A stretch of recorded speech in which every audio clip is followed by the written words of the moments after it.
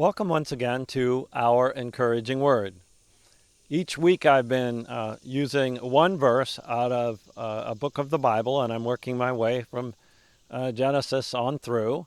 And today we are on the book of Joshua. Now sometimes it's difficult to pick a verse, one verse out of all the book of Numbers or all the book of Genesis. But in this case, it's quite easy to select the verse out of the book of Joshua. We're going to be reading Joshua 1:9. Now, in order to fully appreciate that verse, we need to understand the context. The Jews have been wandering in the wilderness for almost 40 years, and now finally they're going to be entering the promised land. They're standing on the edge of the promised land, and the promised land is filled with fields that have been plowed and planted. It's filled with vineyards that have been planted, orchards that have been planted, wells that have been dug. It's a wonderful place to settle, but it's also filled with people who already live there and are not going to be happy about the Jews coming in. There's going to be a struggle every step of the way, and they know it. So it's a fearful time as well as a time of anticipation.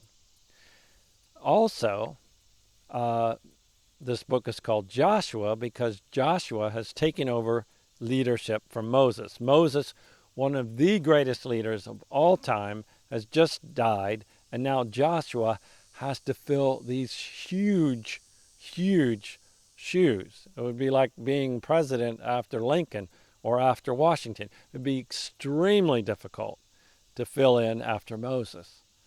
So what will God say to these people who are standing on the edge of a wonderful but very fearful promised land? What would they say? What would he say to Joshua, who has to fulfill these huge shoes?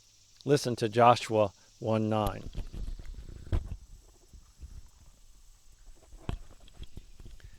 Have I not commanded you? Be strong and courageous. Do not tremble or be dismayed, for the Lord your God is with you wherever you go. Be strong and courageous, for the Lord your God is with you wherever you go. Well, it's a wonderful word of encouragement to us because we are standing on the edge of a new land. The world is going to be different than it was a year ago. And it's exciting, and it's also fearful. What will this new world be like? Well, what does God say to us as we stand on the edge of a new world? He says, "Be strong and courageous. Have I commanded you? Be strong and courageous, for I am with you wherever you go." This is the encouraging word of the Lord. Thanks be to God.